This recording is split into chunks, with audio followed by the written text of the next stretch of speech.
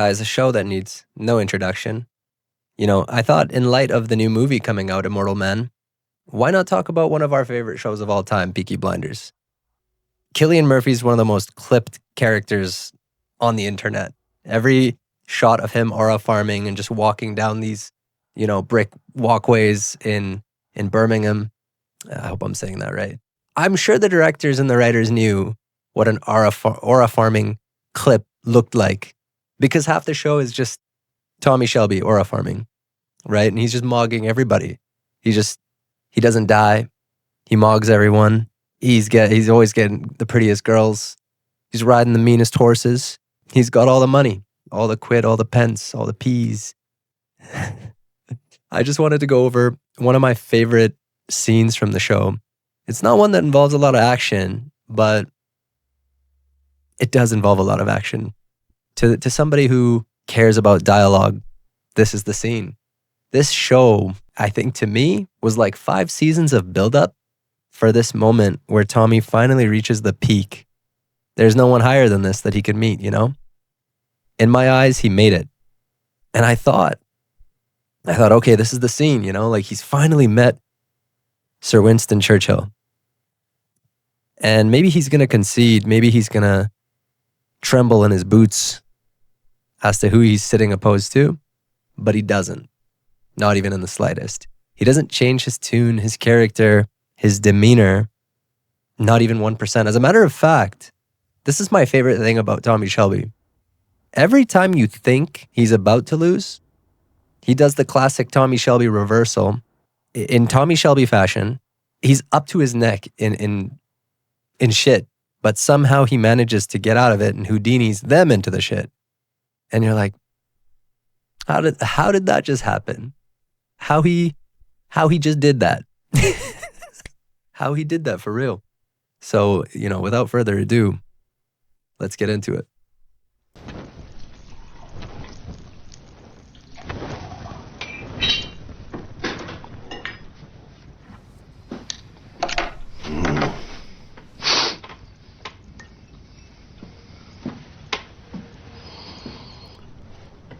You prefer Irish to Scotch?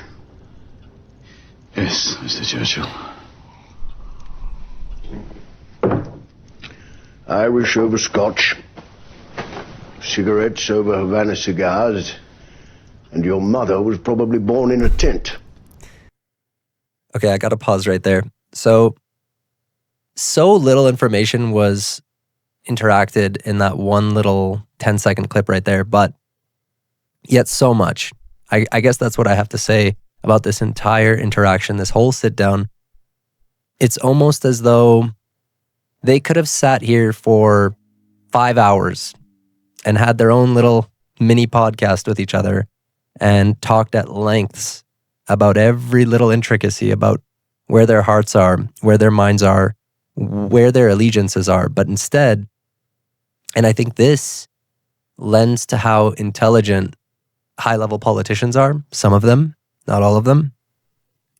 But let's talk specifically Winston Churchill, is because I think some of the most intelligent questions are ones where you can inference so much information from such a little question. For example, you prefer Irish to Scotch. So there's layers to that question, especially for Cilian Murphy, because he's an Irish actor playing a British character. And I like to compare Cilian Murphy to the likes of like Pierce Brosnan, Colin Farrell, 3 exceptional actors, all Irish, and they're all the exception to the rule. They play British characters better than, I'm not going to say that, but you know where I'm going with it. I think that question, you prefer Irish over Scotch, asks Tommy Shelby's character where his allegiance stands, right? It's inferred in the question. Obviously, Irish, when he says Irish, he means you prefer whiskey over Scotch, which is from Scotland, and you prefer whiskey over bourbon, obviously, which is American. So much was derived from that one question. As I've said, adore dangerous. Mr. Shelby, You had a horse of that name. Whiskey, Irish. Give him one from my bottle, and one for myself. In fact, bring the bottle. And the lady. Isn't thirsty. How do you know about the horse? The next statement Winston Churchill makes to him is that you prefer cigarettes over Havana cigars. So obviously a guy like Churchill, who has lofty ambition and he's gotten to the heights that he's aspired to get to, you know, he's at the top of the chain. And he's essentially drawing a stark contrast between him and Tommy Shelby's character, saying, you don't smoke cigars. You're not celebrating the way we do in this house with the British elite, with the aristocracy. He's essentially showing that Tommy is a working class man. And that's where his loyalties lie. Just with that statement, he's made some assumptions about him. He's done his homework. And then the last one was that your grandmother was born in a tent. I think that's what he said, which was kind of a dig, a playful dig. Churchill's obviously much older than him, kind of like a father figure. And he's seeing if he can handle it. But it's going to come full circle, so let's get right back into it. Grandmother in a tent. My mother on a narrowboat. And always happy to give smart answers to men born better than you. A man needs to prove he is better than me, rather than show me his birth certificate. See, I don't have one, so they mean very little to me. You speak beautifully in the... So obviously, we see throughout the show, a guy like Tommy, he does that classic scenario, that classic tactic that Winston Churchill did right there, where he just disregards what Tommy just said. He got what he needed and he moved on to the next point. They're having what could have been, like I said, a 5-hour-long conversation condensed into like 2 minutes. Churchill just ignores it and says, you speak beautifully in the house. He compliments him. Because Tommy doesn't concede. He says, are you always happy to give smarter answers to men born better than you? It's kind of like a compliment, to be honest. It's not really a backhanded compliment. It's more lending to the fact that he's impressed by his quips, by his wittiness, how sharp he is. And that's something that Tommy struggles with a lot in the show, is he's always dealing with people who aren't on the same speed that he is. But it seems like he's finally sitting across somebody who understands him. House. Thank you. And believe not a word of what you are saying. Conviction introduces emotion, which is the enemy of oratory. You read Greek literature. I have trouble sleeping.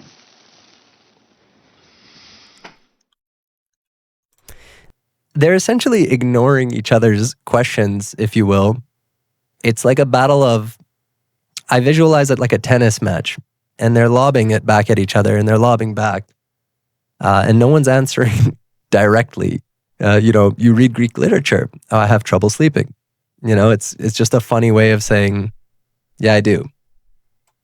Is there a reason for your visit, Mr. Churchill? You are... Is there a reason for your visit? Obviously, guys like this, men like this, in this position of power, aren't meeting to just have a little shoot the shit conversation. They're meeting to get something done. There's a mission at hand. There's no niceties, essentially. Forming an alliance with a fascist. So, I made some inquiries amongst the worst people in Whitehall, and I found out that you are not forming an alliance with him at all. You are spying on him. Yes. Why? The honest answer is, I'm no longer sure. Do you dig your own garden, Mr. Shelby?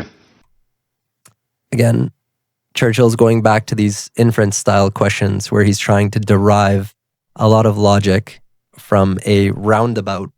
He's going totally the long way around, but he's going to gather so much more information about Tommy with such a simple question. Do you dig your own garden? I have a gardener. In fact, I have 3 gardeners. 3 generations of men with no ambition who are happier than I will ever be.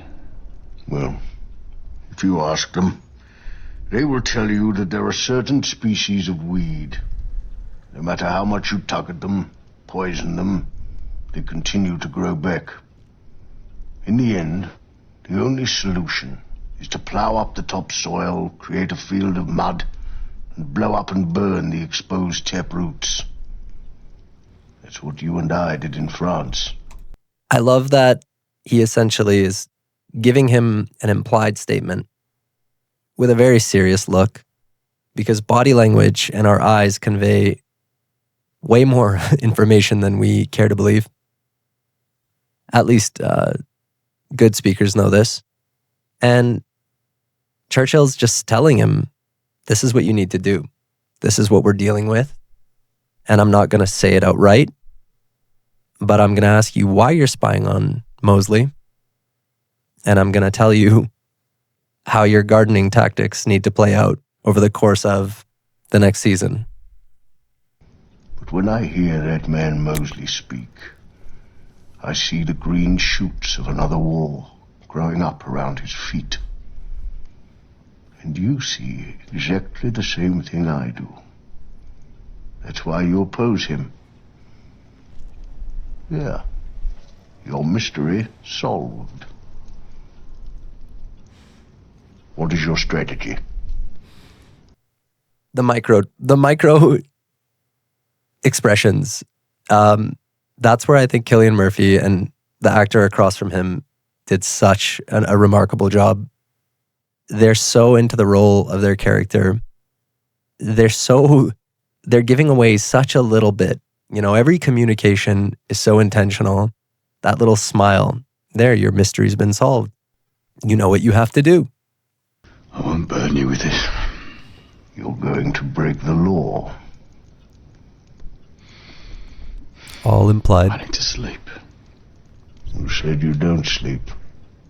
Said I have trouble sleeping. Very specific with their words.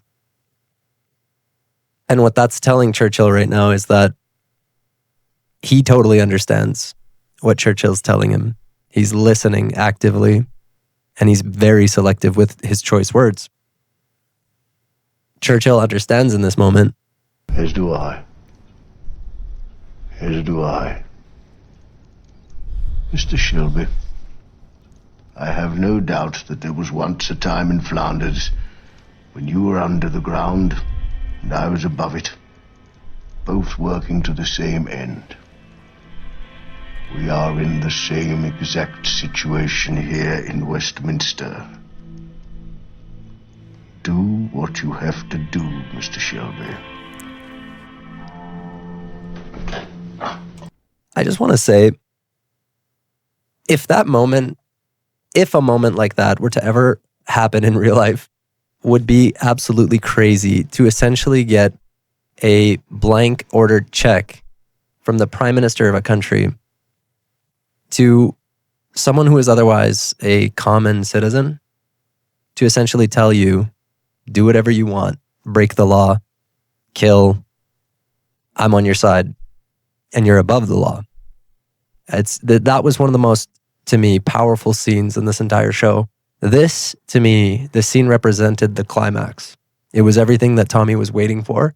And I think when he finally arrived, he realized what kind of a heap of shit he got himself into, and he didn't even want to be there. And if you need anything, call me.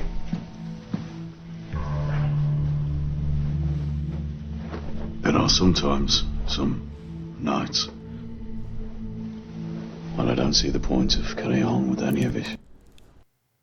This was a really special part of the conversation in the sense that a guy like Tommy never seeks therapy, never seeks counsel to the degree where he's being vulnerable with Winston Churchill.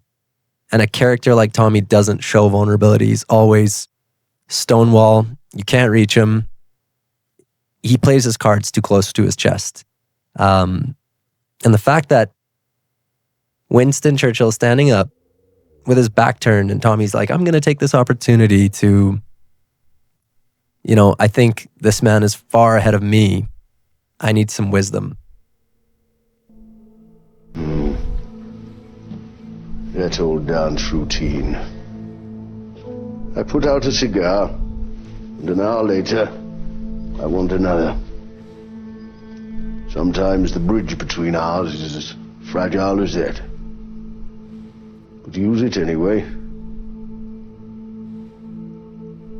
A tent, then a boat, then a house, now a mansion.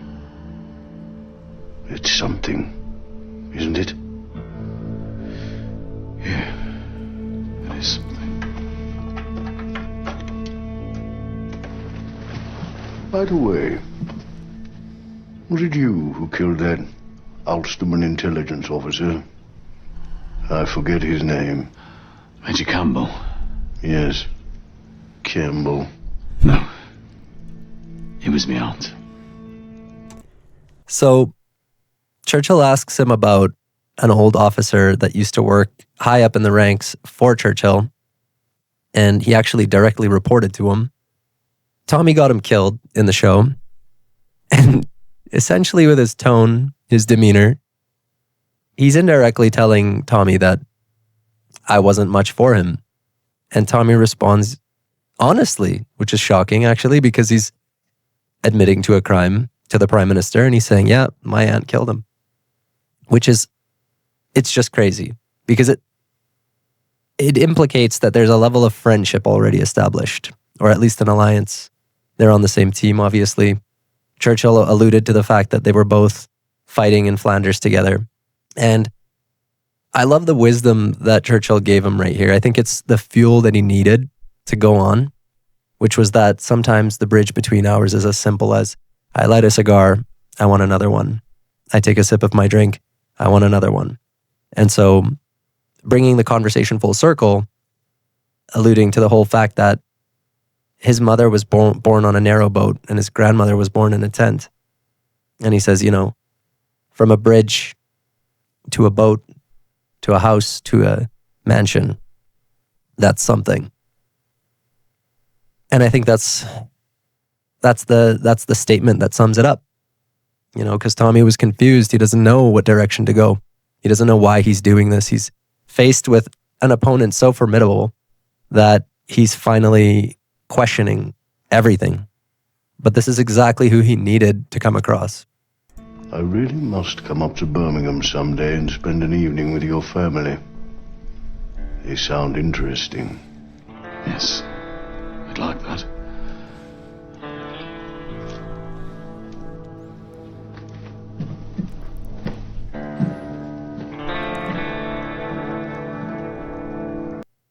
Peaky Blinders, the writing, the cast, the directing, it was so brilliant. Down to every little thing was so intentional, so well curated. One of the best shows, I think, to ever do it. I'd have to put Peaky Blinders and Prison Break both very, very up there. If I made like a top 10, it would be these two shows. I'll make a list down the road, but yeah, that just went over my favorite scene in all of Peaky Blinders. There's a few more, but I think they've been covered a lot more than this one here. I love the dialogue, and I'm so excited for the new movie coming out. The Immortal Man, I think, comes out March 6th, 2026, so we're coming right around the corner. And yeah, I'll catch you guys when that movie releases.